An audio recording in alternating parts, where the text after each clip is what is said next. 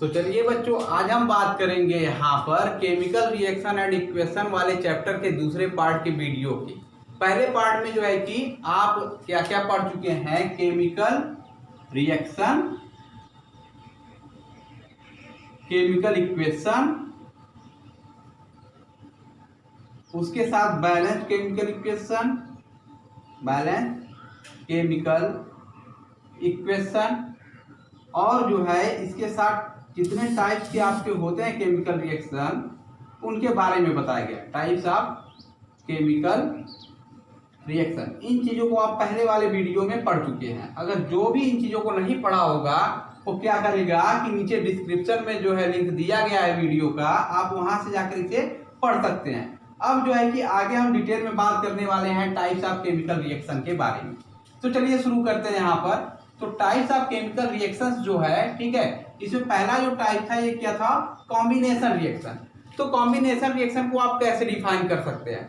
आप जो है कि इसे डिफाइन इस तरह से कर सकते हैं, those reaction in which two or more substance react with each other and converted into single product called as combination reaction. अब एग्जांपल क्या हो सकता है इसका? मान लेते हैं कि कोई कार्बन सॉलिड है, ठीक है, और ये क्या किया, ऑक्सीजन गैस के साथ रिएक्ट कर गया। अब यहाँ पर ये जब ये ऑक्सीजन गैस के साथ रिएक्ट करेगा तो ये बनाएगा क्या, कार्बन डाइऑक्साइड गैस, ठीक है, ये बना लेगा आपका, ये भी आपका गैस है। अब इसके बाद देखिए कि यहाँ पर क्या होता है, साथ में हीट भी बाहर निकलती है।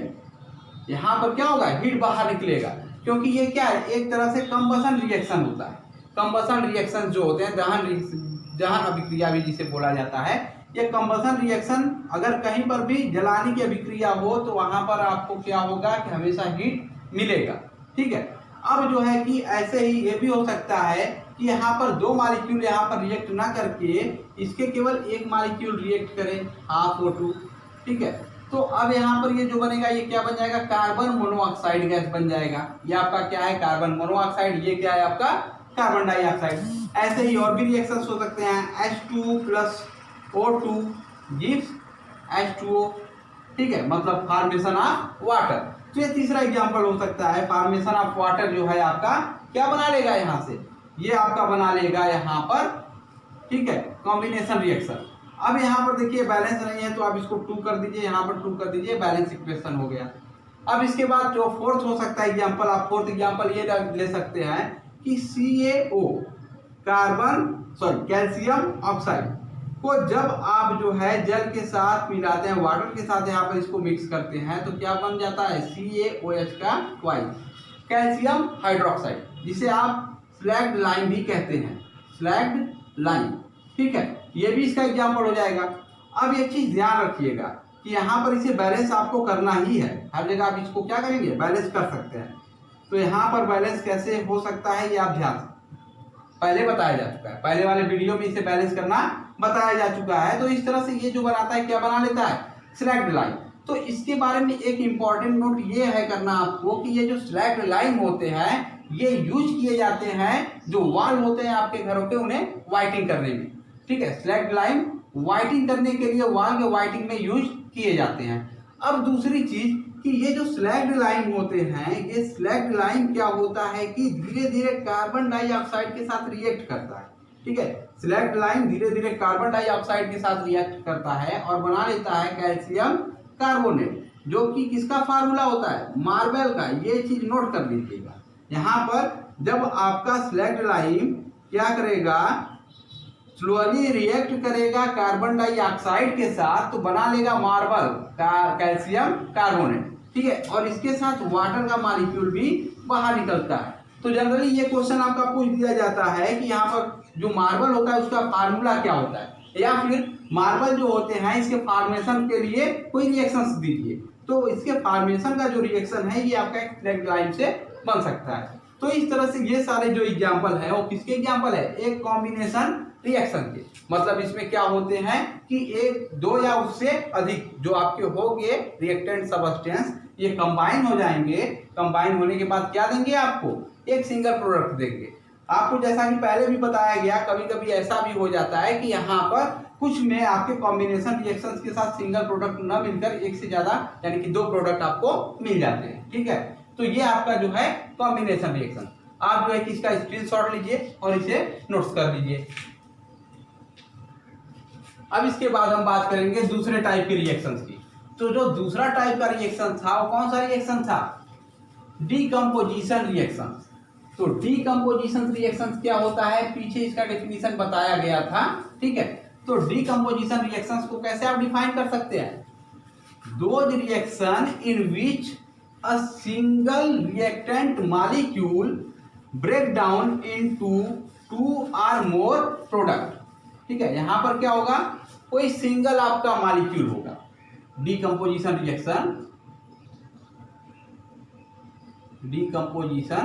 रिएक्शन तो आप कैसे डिफाइन करेंगे? Those reaction in which a single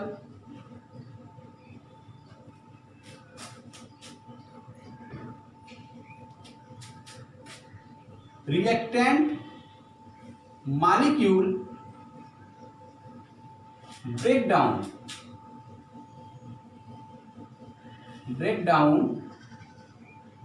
into 2 or more simpler product, ठीक है। अगर कोई भी आपका रिएक्शन ऐसा होता है जिसमें कि क्या हो कि कोई एक आपका जो सिंगल रिएक्टेंट मॉलिक्यूल हो, एक से अधिक जो है आपके प्रोडक्ट मॉलिक्यूल में ब्रेक डाउन हो जाए, टूट जाए, तो ऐसे रिएक्शंस को आप क्या कहेंगे? Decomposition reactions. आप इसे इस तरह से भी याद रख सकते हैं कि जो कॉम्बिनेशन रिएक्शन होता है फिर इसका अपोजिट क्या होता है? ये डीकंपोजिशन रिएक्शंस होता है, ठीक है। अब इसमें जो है डीकंपोजिशन रिएक्शंस का आप एग्जाम्पल ले सकते हैं। जैसे यहाँ पर मान लीजिए CaCO3 कैल्शियम कार्बोनेट, ये पहला एग्जाम्पल आपका होगा, ठीक है। जब यहाँ पर इसे हीट किया जाएगा तो हीट करने पर क्या होता है, ये कैल्शियम ऑक्साइड और कार्बन डाइऑक्साइड में क्या होगा? ब्रेक हो जाएगा। यहाँ पर ये आपको सॉलिड मिलेगा और ये गैस मिलेगा, ठीक है। तो ये पहला एग्जांपल हो सकता है, जो कि इसके पहले वाले में भी आपका कॉम्बिनेशन रिएक्शंस में भी हो सकता है। कॉम्बिनेशन रिएक्शन में जिसका अपोजिट आप दिखाते हैं CaO plus CO2 gives CaCO3, ठीक है, उसका अपोजिट यहाँ पर डीकंपोजिशन रिएक्शंस। अब ऐसा नहीं है कि सभी आप जो है कि कॉम्बिनेशन रिएक्शंस का उल्टा कर दीजिए और वो डीकंपोजिशन रिएक्शन हो जाए। ऐसा होने के लिए क्या होता है कि जो रिएक्शंस होते हैं उनका जो है कि रिवर्स होना जरूरी है। तो सभी रिएक्शन रिवर्स में नहीं होते हैं, कुछ ही रिएक्शन रिवर्स में होते हैं, जैसा कि एक एग्जांपल ये आपका दिया गया है, ठीक है। अब दूसरा आप इसका एग्जांपल ले सकते हैं। दूसरा एग्जांपल क्या हो सकता है? आप यहाँ पर क्या कीजिए, PbNO3 का ट्वाइस, मतलब लेड नाइट्रेट। यहाँ पर ये क्या है? Lead nitrate. अगर लेड नाइट्रेट को आप हीट करते हैं तो हीट करने के बाद ये लेड ऑक्साइड में कन्वर्ट हो जाता है, साथ में NO2 मिलता है और O2 गैस मिलता है, ठीक है। ये आपका रिएक्शन होता है। जब लेड नाइट्रेट को आप हीट करते हैं तो हीट करने के बाद लेड ऑक्साइड और नाइट्रोजन डाइऑक्साइड और साथ में ऑक्सीजन मिलता है। तो ये जो रिएक्शंस होता है ये भी क्या होगा, एक एग्जांपल होगा किसका? डीकंपोजिशन रिएक्शंस का। उसके बाद थर्ड जो एग्जांपल आपका होगा, थर्ड एग्जांपल आप ले सकते हैं फेरस सल्फेट का, FeSO4 का, सॉरी ठीक है, FeSO4। अब जब आप FeSO4 फेरस सल्फेट को आप हीट करते हैं, इसे फेरस सल्फेट बोला जाता है। जब आप फेरस सल्फेट को आप हीट करते हैं तो हीट करने पर ये Fe का ट्वाइस, O का थ्राइस फेरिक ऑक्साइड मिल जाता है, फेरिक ऑक्साइड। ये ध्यान दीजिए, ये जो फेरिक ऑक्साइड होता है ये जो है आयरन में जो कोरोजन होते हैं, ठीक है, जो कोरोजन होते हैं यानी जो मूर्छा लगता है, जंग जो लगता है, उसका ये फार्मूला होता है फेरिक ऑक्साइड। अब इसके साथ ये देखिए कि फेरस सल्फेट को हीट करेंगे तो फेरिक ऑक्साइड मिलता है, साथ में SO3 और SO2 गैस भी बाहर निकलता है। इसको बैलेंस करना है, 2 यहाँ पर कीजिए। अब देखिए क्या ये बैलेंस है, 2Fe आपका है ही, उसके साथ सल्फर 2 तो है ही, ऑक्सीजन यहाँ पर 8 है टोटल, और यहाँ पर 3 और यहाँ पर 2, 5 यानी हो रहा है, और सॉरी यहाँ पर 3 है, तो 5 3 8 टोटल, ये भी बैलेंस इक्वेशन हो गया। ठीक है।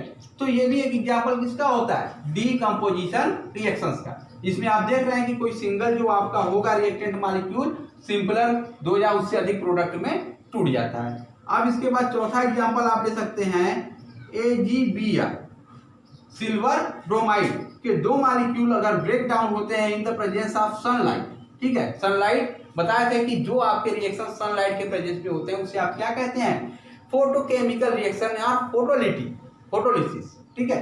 फोटोलिसिस रिएक्शंस आप उसे बोलते हैं जो सनलाइट के प्रेजेंस में होते हैं। तो ये जो एक एग्जांपल होगा फोटोलिसिस केमिकल रिएक्शंस का होगा या फोटोकेमिकल रिएक्शन का। तो जब AgBr को आप जो है कि Hmu के प्रेजेंस में रखते हैं तो बनता क्या है, सिल्वर मिरर और साथ में ब्रोमीन Br, ठीक है। ठीक ऐसा एग्जांपल जो है कि ये भी होता है 2AgCl gives 2Ag plus Cl2। तो ये इतने जो है कि एग्जांपल बहुत सारे हैं, 5 एग्जांपल दिए गए यहाँ पर किसके लिए, डीकम्पोजिशन रिएक्शंस के लिए। तो ये जो डीकम्पोजिशन रिएक्शन है आप जो है इसे नोट कीजिए और इस एग्जांपल को भी नोट कीजिए। फिर आगे जो है कि हम बात करेंगे इसके बाद वाले रिएक्शंस की। नोट हो गया हो तो फिर आगे चलते हैं। जो इसके बाद वाला रिएक्शंस होता है उसे आप कहते हैं डिस्प्लेसमेंट रिएक्शन। तो ये डिस्प्लेसमेंट रिएक्शंस क्या होता है ये भी आपको बताया गया, इसे कहेंगे displacement reaction.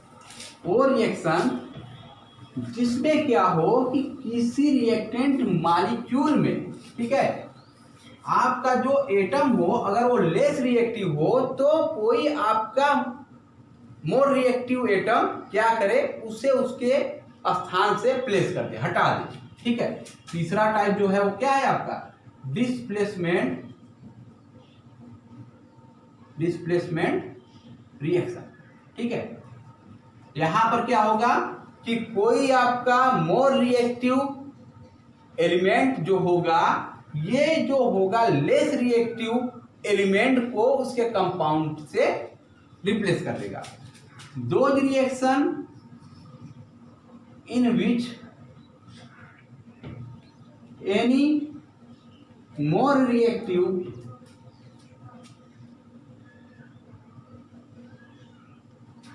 Element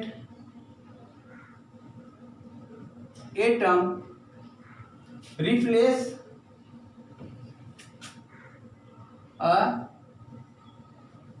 less reactive atom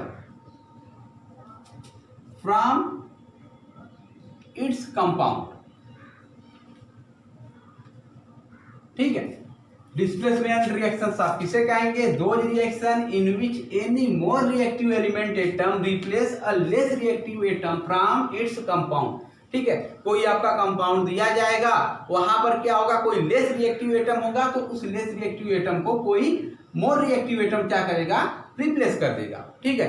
तो ऐसे रिएक्शंस को आप क्या कहते हैं, डिस्प्लेसमेंट रिएक्शंस। एक एग्जांपल लेकर समझते हैं। मान लीजिए जिंक है और कॉपर सल्फेट आपका, ठीक है। तो कॉपर सल्फेट के सॉल्यूशन में जिंक को राड को अगर जो है कि डीप कर दिया जाए तो जिंक का राड जब डीप किया जाएगा कॉपर सल्फेट के सॉल्यूशन में तो ये जिंक का राड क्या करेगा कि कॉपर को उसके स्थान से हटाएगा और खुद उसकी जगह जा बैठेगा, ठीक है। और ये कॉपर बिल्कुल अलग हो जाएगा। तो ये बन जाएगा ZnSO4 + Cu, ठीक है। ये सॉलिड बनेगा। तो ये आपका इस तरह से आप देख सकते हैं कि यहाँ पर क्या हुआ कि Zn रिप्लेस कर दिया कॉपर को। तो अब ये सोचने की बात है कि क्या जो है कि यहाँ पर रिएक्शन ऐसा होता CuSO4 + ZnSO4, तो ये आपका क्या CuSO4 + Zn भी बन जाता, नहीं बनता, ये रिएक्शन नहीं होता, क्योंकि अभी बताया गया कि जो आपका मोर रिएक्टिव होगा लेस रिएक्टिव वाले को रिप्लेस करेगा। तो अब ये समझने की बात है कि इसमें आप कैसे पता कर पाते हैं कि कौन सा आइटम लेस रिएक्टिव है, कौन सा आइटम आपका मोर रिएक्टिव है। अब ऐसा नहीं कि केवल मेटल ही लेस रिएक्टिव या मोर रिएक्टिव हो सकते हैं, नॉन मेटल भी हो सकते हैं, जैसे कि क्लोरीन ब्रोमीन आ गया एक साथ, तो इसमें से ज्यादा रिएक्टिव कौन है। अगर मान लीजिए ब्रोमीन ज्यादा रिएक्टिव है तो क्लोरीन को उसके जगह से रिप्लेस कर देगा, ठीक है। या ऐसे ही और भी हो सकते हैं। तो ये जो है कि आपका पता कैसे चलता है ये जानना बहुत ही जरूरी है। तो इसके लिए आपको आगे दिया गया है मेटल एंड नॉन मेटल वाले चैप्टर में रिएक्टिविटी सीरीज, यहाँ पर दिखा देते हैं रिएक्टिविटी सीरीज। तो ये जो रिएक्टिविटी सीरीज होता है, इससे आप पता करते हैं कि जो आपके लेस रिएक्टिव एटम होंगे, ठीक है, वो कौन से होंगे, मोर रिएक्टिव एटम जो होंगे वो कौन से होंगे। तो यहाँ पर जो है जो लेस रिएक्टिव एटम होंगे उन्हें सीरीज में नीचे दिखाया जाता है, जो मोर रिएक्टिव एटम होते हैं उन्हें ऊपर दिखाया जाता है, और उस सीरीज को हम यहाँ पर लिख देते हैं। ठीक है, यहाँ पर पोटेशियम, ठीक है, potassium, sodium, calcium, magnesium, aluminium, zinc, iron, nickel, palladium, sorry lead, PP, उसके बाद हाइड्रोजन। तो यहाँ पर ये देख सकते हैं कि धीरे धीरे आप जब नीचे चलते हैं तो नीचे चलने पर क्या होता है कि जो रिएक्टिविटी होती है वो धीरे धीरे डिक्रीज करती जाती है। यहाँ पर ये डिक्रीज करती गई। अब यहाँ पर इसके पहले आप लिथियम को भी लिख सकते हैं, क्योंकि पोटेशियम से ज्यादा रिएक्टिव कौन होता है, यहाँ पर लिथियम। अब ये देखिए जो आपका यहाँ पर गोला बनाया गया है, इन दोनों को छोड़ दिया जाए तो बाकी को याद कर सकते हैं, और दो को आप जो है कि अपने से लिख सकते हैं। याद करने का तरीका क्या है, के को आप ऐसे याद कर सकते हैं, केदार नाथ का माली, आलू, जरा, फीका, एनआई को छोड़ दीजिए, याद कर लीजिए कि एनआई फीका के बाद आएगा। पकाता है, पकाता है, ठीक है, या फिर यहां पर जोड़ सकते हैं, नहीं पकाता है, फीका नहीं पकाता है। ठीक है, तो ये देखिए कि यहां पर जो है कि इतने को आप याद कर सकते हैं, केदारनाथ का माली, आलू जरा, फीका नहीं पकाता है। ठीक है, तो इसे आप याद कर सकते हैं। अब इसके बाद जो है आगे नीचे की सीरीज को आप कैसे याद कर सकते हैं, उसे यहाँ पर दिखा देते हैं कैसे याद कर सकते हैं। तो ये जो नीचे वाली सीरीज होती है हाइड्रोजन के नीचे दिखाई जाती है, H के बाद Cu आता है, फिर Hg, उसके बाद Ag, फिर A, ये होता है। ठीक है, अब यहां पर इसे कैसे आप याद कर सकते हैं, हाई कोर्ट है आप, इन दोनों को आप में याद रखिए। ठीक है, तो इससे जो है कि ये पूरी केमिकल सीरीज तो नहीं है, बट जो है आपको जितना पढ़ना है उतने के लिए सफिशिएंट है, जितनी भी चीजें आपको पढ़नी है उसके लिए सफिशिएंट है। ठीक है, तो अब इस रिएक्टिविटी सीरीज से आपको पता चलता है कि कौन सा आपका जो एटम होगा वो लेस रिएक्टिव होगा और कौन सा जो है कि हाई रिएक्टिव होगा। तो इनकी रिएक्टिविटी का ये पता चल जाता है यहाँ पर। ठीक है, तो इससे जो है कि आप नोट डाउन करके क्या करेंगे कि याद कर लेंगे, इससे याद करना ज्यादा आसान हो जाएगा। ठीक है, ये याद रखिएगा कि शुरुआत यहाँ से होता है, फिर ये आपका यहाँ पर इसके नीचे का 2 वर्ड यहाँ पर है, और फिर इसके नीचे शुरुआत आप यहाँ से करते हैं। ठीक है, तो अब इसको यूज कैसे किया जाता है ये भी समझ लीजिए। आपको कहीं पर भी अगर ऐसा रिएक्शन दिखाई दे जिसमें कि जो अकेले आने वाला होता है, ठीक है, अकेले आने वाला एटम होता है अगर डिस्प्लेसमेंट रिएक्शन में, वो ऊपर का, और जो कंपाउंड के साथ आता है वो नीचे का, तो मतलब रिएक्शंस पॉसिबल है, डिस्प्लेसमेंट रिएक्शन होगा। जैसे कि यहाँ पर ZN और ये Cu। तो अब ये देखिए कि ZN और Cu कंपाउंड में है, ठीक है, SO4 के साथ। तो देखिए Cu जो है ZN के नीचे आएगा या ऊपर, Cu आपका नीचे आया हुआ है। अगर Cu नीचे आया हुआ है, ठीक है, तो अब जो है अगर इसके ऊपर ZN है सीरीज में, तो मतलब ये ZN इसको रिप्लेस कर देगा। जबकि इसके अपोजिट जो रिएक्शन लिखा गया ZnSO4 प्लस Cu, ये पॉसिबल नहीं होगा। क्यों नहीं होगा, क्योंकि इसमें देखिए कि ये Cu पहले से ही लेस रिएक्टिव है, तो लेस रिएक्टिव होने का मतलब मोर स्टेबल। एक चीज ध्यान रखिए कि रिएक्शंस होते क्यों है, स्टेबिलिटी गेन करने के लिए। ठीक है, reaction occurring for gain stability. ठीक है, हमेशा ये याद रखिएगा कि रिएक्शंस जो होते हैं स्टेबिलिटी को गेन करने के लिए ही होते हैं। अगर स्टेबिलिटी गेन नहीं होगी तो रिएक्शंस होने का कोई फायदा नहीं है। तो जो लेस रिएक्टिव पहले से ही है मतलब स्टेबल है। और एक चीज ये ध्यान रखिए कि रिएक्टिविटी इनवर्सली प्रोपोर्शनल होता है स्टेबिलिटी। ठीक है, मतलब अस्थायित्व। स्टेबिलिटी का मतलब होता है अस्थायित्व। तो जो रिएक्टिविटी होता है ये किसके इन्वर्सली प्रोपोर्शनल होता है, स्टेबिलिटी के। तो हमेशा याद रखिए कि यहाँ पर अगर जो है स्टेबिलिटी आपका जो है, ठीक है, अगर ये स्टेबिलिटी आपका यहाँ पर अधिक होगा तो रिएक्टिविटी कम होगा, अगर स्टेबिलिटी कम होगा तो रिएक्टिविटी अधिक होगा। तो इसमें देखिए कि ये क्या है आपका लेस रिएक्टिव, मतलब स्टेबिलिटी अधिक है। तो जब पहले से ये स्टेबल है तो क्यों इसके साथ जाकर अनस्टेबल होना चाहेगा, ठीक है। तो इस चीज को हमेशा याद रखिएगा, ये जो आपका यहाँ पर दिखाया गया है इसे आप याद रखिएगा। तो इसे आप जो है कि स्क्रीनशॉट लेकर के नोट कीजिए। तो आगे फिर से जो है कि कुछ चीजों को हम पढ़ते हैं, कुछ एग्जाम्पल लेकर, ठीक है। चलिए ये हो गया हो, तो आगे कुछ और एग्जाम्पल हम लेते हैं।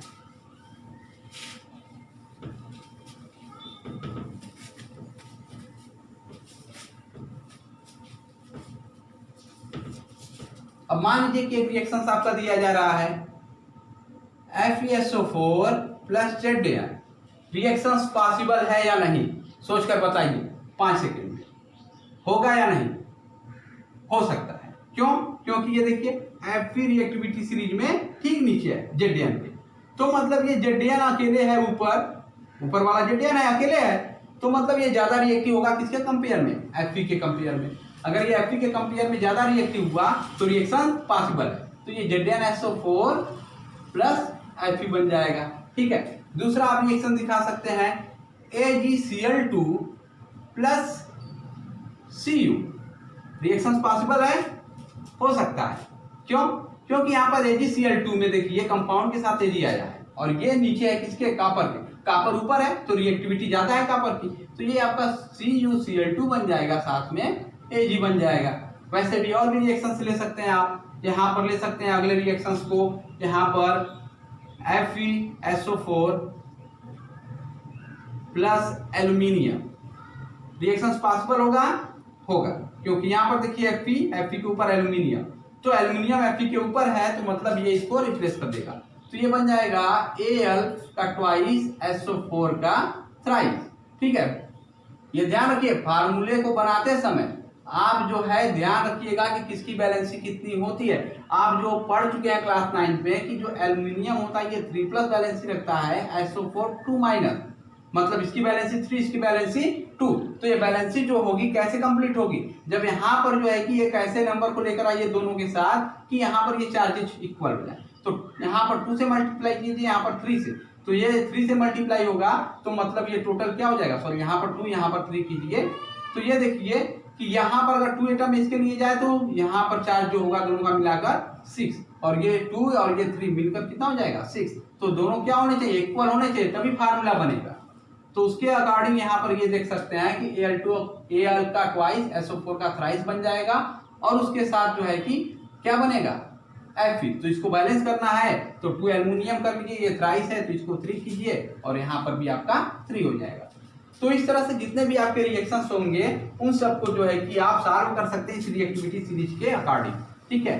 तो जो आपका डिस्प्लेसमेंट रिएक्शंस है ये पॉसिबल है नहीं है, आप इस रिएक्टिविटी सीरीज से ही बता सकते हैं। तो रिएक्टिविटी सीरीज को याद रखिए और बहुत सारे क्वेश्चन को ये सॉल्व करने में हेल्प देगा, ठीक है। अब जो है इससे नोट कीजिए, उसके बाद फिर आगे डबल डिस्प्लेसमेंट रिएक्शंस की बात करते हैं, ठीक है। तो यहाँ पर अब डबल डिस्प्लेसमेंट रिएक्शंस देखा जाए, चौथा टाइप जो था डबल डिस्प्लेसमेंट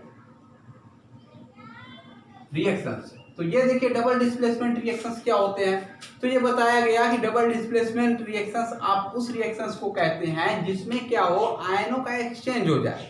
मतलब यहाँ पर जो आपके 2 रिएक्टेंट मॉलिक्यूल होते हैं उनके पॉजिटिव और नेगेटिव आयनों का अगर एक्सचेंज होता है तो ऐसे में जो रिएक्शंस होते हैं डबल डिस्प्लेसमेंट कहलाते हैं। इसे कैसे डिफाइन कर सकते हैं, those reaction in which 2 reactant molecule ion positive and negative, ठीक है। 2 reactant molecule ions mutually exchange, ये क्या होंगे, म्यूचुअली एक्सचेंज हो जाएंगे। एक्सचेंज होने का मतलब समझ रहे हैं कि मतलब आप मान लीजिए कि ए के साथ बी है, सी के साथ क्या है डी है, तो ये जब रिएक्शन हो तो यहाँ पर ए के साथ सी चला जाए, डी के साथ बी चला जाए, तो ए सी और बी डी ये आपका कंपाउंड बनेगा। ठीक है, लेकिन ध्यान रहे कि ए प्लस ये माइनस होना चाहिए, फिर ये माइनस और ये प्लस, एक प्लस एक माइनस के पास ही जाएगा और एक माइनस दूसरे प्लस के पास, तो इस तरह से ये क्या होगा प्रोडक्ट आपका बन जाएगा। तो इस टाइप का ये रिएक्शन होता है। ठीक है, कि यहाँ पर क्या होगा एक्सचेंज हो जाएगा, आयनों का एक्सचेंज होगा, पॉजिटिव आयन पहले का दूसरे निगेटिव आयन के साथ और दूसरे का निगेटिव आयन पहले के पॉजिटिव आयन के साथ, तो इस तरह से ये बन सकता है। ठीक है, तो अब जो है कि यहाँ पर एक्सचेंज आयनों का होगा तो उसे आप क्या कहेंगे डबल डिस्प्लेसमेंट रिएक्शंस। तो चलिए कुछ एग्जांपल को देखते हैं डबल डिस्प्लेसमेंट रिएक्शंस के। तो यहाँ पर एक जो है कि हम ले लेते हैं example barium chloride BaCl2 plus sodium sulphate SO4। ठीक है, ये Na का ट्वाइस SO4 क्यों है, क्योंकि यहाँ पर सोडियम की वैलेंसी 1 और SO4 की 2। ये बैलेंस तब होगा जब Na के साथ 2 मल्टीप्लाई होगा, मतलब Na का ट्वाइस होगा तो ये बैलेंस हो जाएगा। तो इस तरह से अब देखिए कि यहाँ पर क्या होगा कि रिएक्शन जब किया जाएगा तो इसमें आयन एक्सचेंज कर जाते हैं। ये Ba के साथ SO4 आ जाता है, BaSO4, क्योंकि SO4 2 माइनस आयन रखता है और Ba 2 प्लस आयन, तो ये 2 प्लस और ये 2 माइनस रखेगा। अब ये देखिए कि 2 Cl, तो एक Cl एक माइनस रखेगा तो 2 मिलाकर 2 माइनस, एक Na एक प्लस, तो 2 Na 2 प्लस, तो ये इस तरह से एक्सचेंज करेंगे। तो BaSO4 के साथ NaCl 2NaCl, तो ये जो रिएक्शन होगा किसका एग्जाम्पल हो जाएगा डबल डिस्प्लेसमेंट रिएक्शन का। तो अब इस तरह से आप जो है कि जितने भी एग्जाम्पल्स देखेंगे, ठीक है, जिसमें कि यहाँ पर दो पॉजिटिव निगेटिव आयन क्या हो म्यूचुअली एक्सचेंज हो जाए, तो ऐसे रिएक्शंस को आप क्या नाम देंगे डबल डिस्प्लेसमेंट रिएक्शंस। ठीक है, तो ये हो गया डबल डिस्प्लेसमेंट रिएक्शंस के बारे में, तो इसे नोट डाउन कीजिए। ठीक है, तो चलिए बच्चों आगे कुछ और जो है कि रिएक्शंस को देखें इसमें डबल डिस्प्लेसमेंट में। ठीक है, तो और जो रिएक्शंस हो सकते हैं और आपका क्या हो सकता है, यहाँ पर आप ले सकते हैं अगला एग्जांपल HNO3 प्लस BaCl। ठीक है, अगर मान लीजिए कि HNO3 का BaCl2 के साथ रिएक्शंस आप कराते हैं तो यहाँ पर जो रिएक्शंस होगा क्या हो जाएगा, ये HCl के साथ, क्योंकि H प्लस आयन बनेगा, ठीक है, Cl माइनस, तो दो यहाँ पर आपके H 2 Cl के साथ 2HCl फॉर्म कर जाएंगे और साथ में क्या बनेगा NO3 के साथ Ba, तो ये BaNO3 का ट्वाइस बेरियम नाइट्रेट। ठीक है, ये आपका एक एग्जांपल हो जाएगा। और एग्जांपल आप ले सकते हैं यहाँ पर ZnSO4 प्लस Na का ट्वाइस SO4 प्लस ZnCl। तो रिएक्शंस आप कराते हैं तो यहाँ पर क्या हो जाएगा कि Na के साथ Cl 2NaCl बन जाएगा और साथ में SO4 के साथ Zn, तो ये बन जाएगा ZnSO4। तो ये जो आपके रिएक्शंस होंगे ये भी आपके क्या होंगे एग्जांपल होंगे डबल डिस्प्लेसमेंट रिएक्शंस के, तो इसे नोट डाउन कीजिए। अब इसके बाद आगे हम बात करते हैं थर्मोकेमिकल रिएक्शंस की। ठीक है, जो कि स्पेशल टाइप के रिएक्शंस होते हैं। तो थर्मोकेमिकल रिएक्शंस क्या होते हैं, चलिए उसके बारे में बात करते हैं।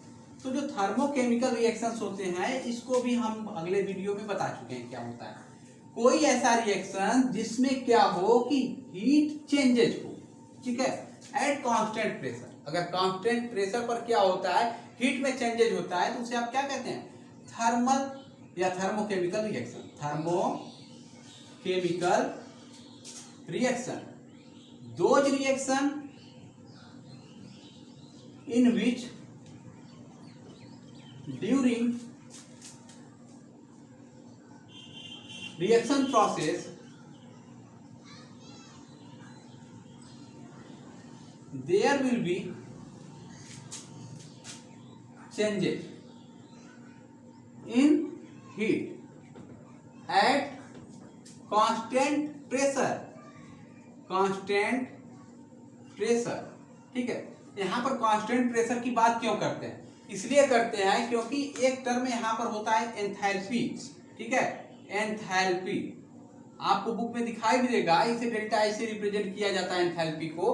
तो ये जो एंथैल्पी आपका होता है, एंथैल्पी करता क्या है, ये आपका हीट चेंज होता है, लेकिन होता किस पर है, कांस्टेंट प्रेशर पर। ठीक है, अगर कांस्टेंट प्रेशर हो जाए तो जो आपका यहाँ पर हीट होता है वो आपका किस में कन्वर्ट हो जाता है, एंथैल्पी में। तो जो केमिकल रिएक्शंस होते हैं इस एंथैल्पी के टर्म में ही हीट को आप दिखाते हैं कि हीट रिलीज कर रहा है या हीट आपका जो है कि एब्जॉर्ब हो रहा है। आप रिएक्शंस पे ध्यान दीजिएगा कि अगर आपका डेल्टा एच कभी भी आपका पॉजिटिव दिखाई दिया, अलग से ऐसा लिखा हो डेल्टा एच इक्वल टू कोई भी पॉजिटिव वैल्यू, तो कोई भी पॉजिटिव वैल्यू का ये अर्थ होता है यहाँ पर कि यहाँ पर पूरे रिएक्शंस के समय हीट एब्जॉर्ब हो रहा, मतलब आप बाहर से हीट दे रहे हैं। बाहर से हीट देने से क्या होता है कि सिस्टम की एनर्जी बढ़ती है, तो इसलिए इसको पॉजिटिव रखा जाता है। और दूसरी, अगर ये निगेटिव हुआ तो ऐसे में डेल्टा एच आपका देखिए कि जब निगेटिव आपको दिखाया जाएगा तो ध्यान रखिए कि अगर निगेटिव वैल्यू आपका ये delta H equal to negative दिखाता है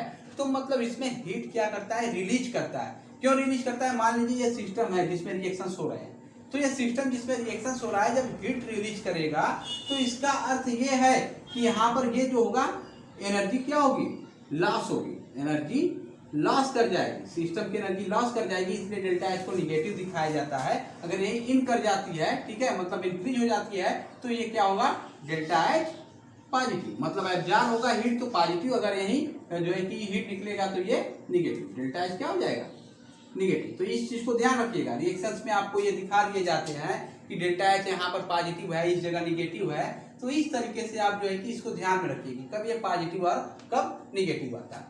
तो ये समझ में आ गया होगा कि थर्मोकेमिकल रिएक्शंस किसे कहते हैं, दो reaction in which during reaction process there will be changes in heat at the constant pressure. या कांस्टेंट प्रेशर को नहीं रखते हैं तो भी कोई प्रॉब्लम नहीं है, बस हीट क्या होना चाहिए, रिलीज होना चाहिए।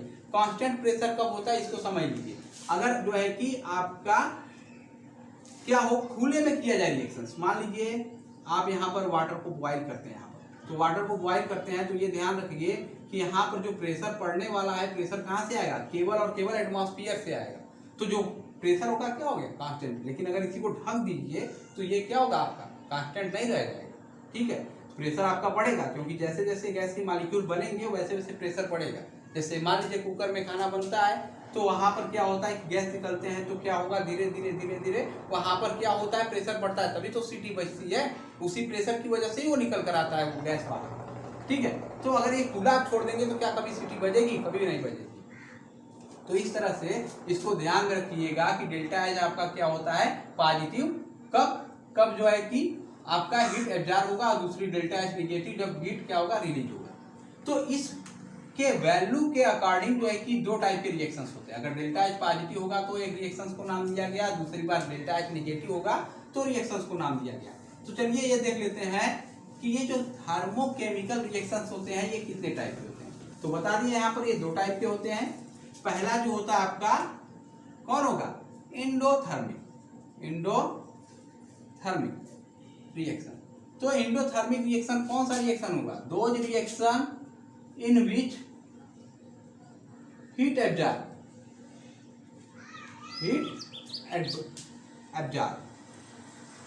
ठीक है, ड्यूरिंग रिएक्शन प्रोसेस। अगर हीट जो है कि एब्जॉर्ब हो जाए रिएक्शन प्रोसेस के समय तो उसे आप क्या कहेंगे, एंडोथर्मिक।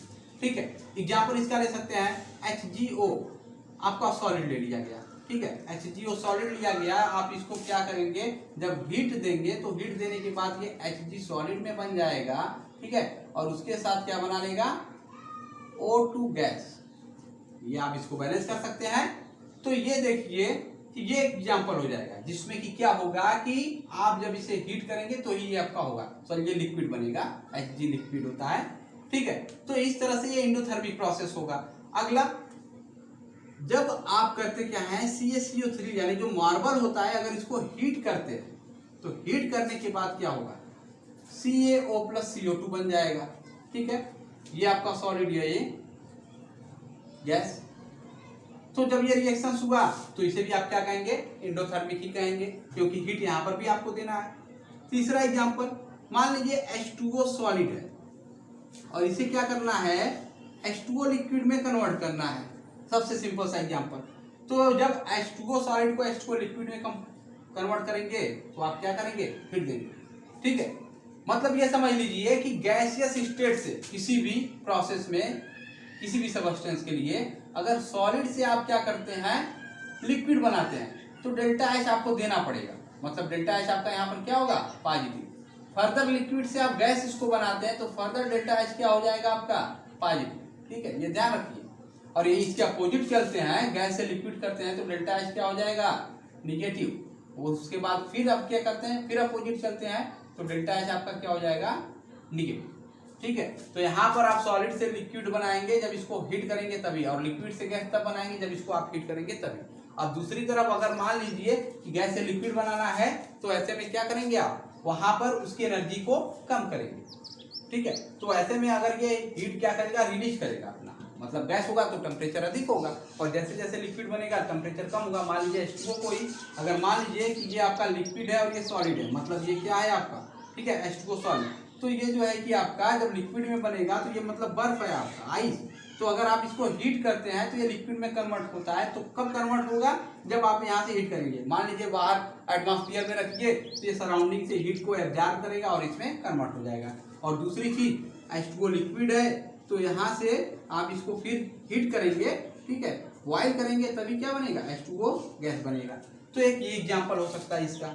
ठीक है, तो ऐसे और बहुत सारे एग्जाम्पल हो सकते हैं जिसमें कि क्या होता है कि सब में क्या होगा, डेल्टा H आपका पॉजिटिव, इन सब में डेल्टा H क्या होगा, पॉजिटिव। क्योंकि ये ध्यान रखिए कि सभी रिएक्शंस के लिए एक स्पेसिफिक एनर्जी होती है कि पर मोल इतनी एनर्जी चाहिए। पर मोल का मतलब समझ रहे हैं, एक मोल में 6.023 इंटू 10 के पावर 23 मॉलिक्यूल होते हैं।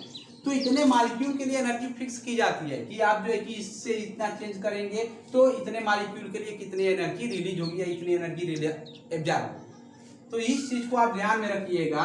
ठीक है, पर मोल सबकी एनर्जी फिक्स होती है, बट यहाँ पर आपको बहुत ज्यादा जरूरी नहीं है, इसलिए सभी की वैल्यू को बताया नहीं जा रहा है। बुक में दिया होगा कि किसके लिए कितनी एनर्जी होगी, तो ये आपको समझ में आ गया होगा कि इंडोथर्मिक रिएक्शंस क्या होते हैं। तो आप इसे जो है कि इंडोथर्मिक रिएक्शन और इसके एग्जाम्पल को आप यहाँ पर नोट कर सकते हैं। अब सेकेंड जो है इसका, उसे चलिए देख लेते हैं। आपका जो है वो एक्सोथर्मिक होता है। ठीक है, अगला जो होता है उसे क्या कहेंगे, एक्सोथर्मिक रिएक्शन। तो इसमें क्या होता है, दो reaction in which heat release, बस यहाँ पर आपको एक वर्ड बदलना है, रिलीज कर देना है। ठीक है, एब्जॉर्ब की जगह आपको क्या करना है, रिलीज कर देना। अगर रिलीज करेंगे ड्यूरिंग रिएक्शन प्रोसेस तो क्या होगा, एक्सोथर्मिक रिएक्शंस होगा।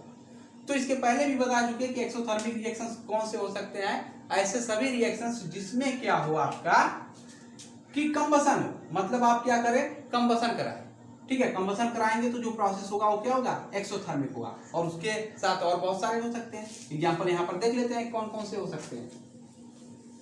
तो देख लीजिए यहाँ पर एग्जांपल, कंबसन के जितने रिएक्शन होंगे सबके सब क्या होते हैं आपके, एक्सोथर्मिक। जैसे पहला आप ले लेते हैं CH4 plus O2 give CO2 plus H2O। ये जो होगा इसमें डेल्टा H निगेटिव।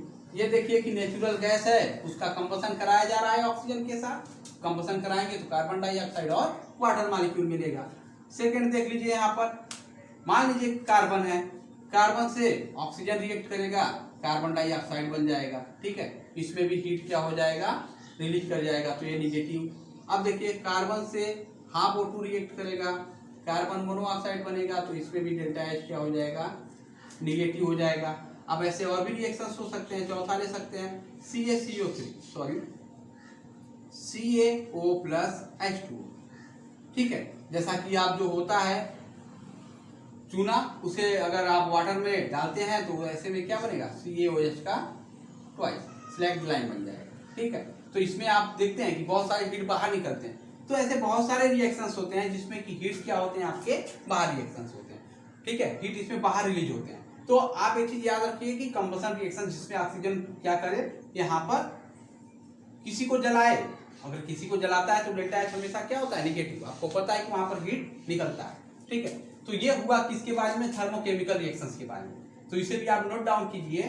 ठीक है, अब इसके बाद हम बात करने वाले हैं लास्ट, इसमें जो है आपका फोटोकेमिकल रिएक्शंस, और बचेगा इसके बाद आपका कौन सा रिएक्शन, रेडॉक्स रिएक्शन, जिसके लिए हम एक अलग से वीडियो बनाएंगे। ठीक है, क्योंकि वो काफी लंबा है और उसे समझना भी जरूरी है और मोस्ट इंपॉर्टेंट भी होता है। जिससे कि रिलेटेड बोर्ड एग्जाम में आपके क्वेश्चन पूछे जाते हैं। तो इसका आप स्क्रीनशॉट ले चुके हो, तो आगे चलिए बात करते हैं हम अगले रिएक्शंस की।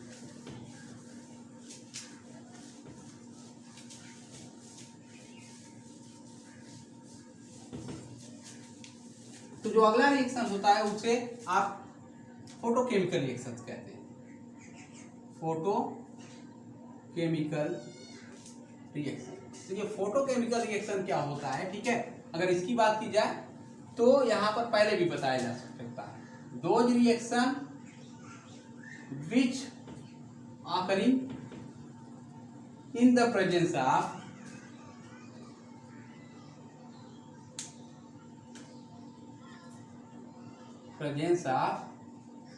सनलाइट, ठीक है। अगर वो सनलाइट के प्रेजेंस में होता है तो क्या कहलाएगा आपका फोटोकेमिकल रिएक्शन।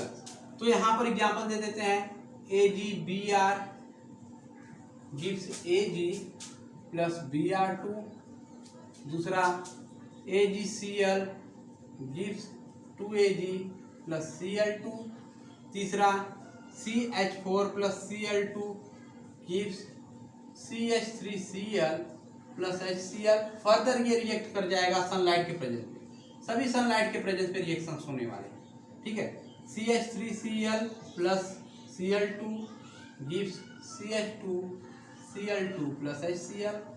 फर्दर ये रिएक्ट कर जाएगा CH2Cl2 plus Cl2 gives CHCl3 plus HCl। और लास्ट में ये जो है एक हाइड्रोजन जब रिप्लेस हो जाएगा तो इसके बाद ये रिएक्शंस स्टॉप हो जाते हैं, CCl4 plus HCl।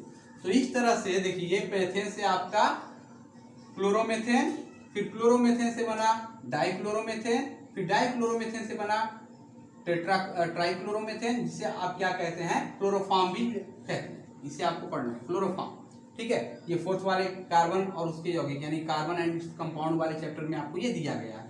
अब इसके बाद जब क्लोरोफॉर्म आप यूज करते हैं यहाँ पर, ठीक है, क्लोरोफॉर्म का फिर से रिएक्शंस कराते हैं तो कार्बन टेट्रा क्लोराइड बन जाता है। तो ये याद रखिए कि ये सारे रिएक्शंस जो होते हैं सनलाइट के प्रेजेंस में ही होते हैं।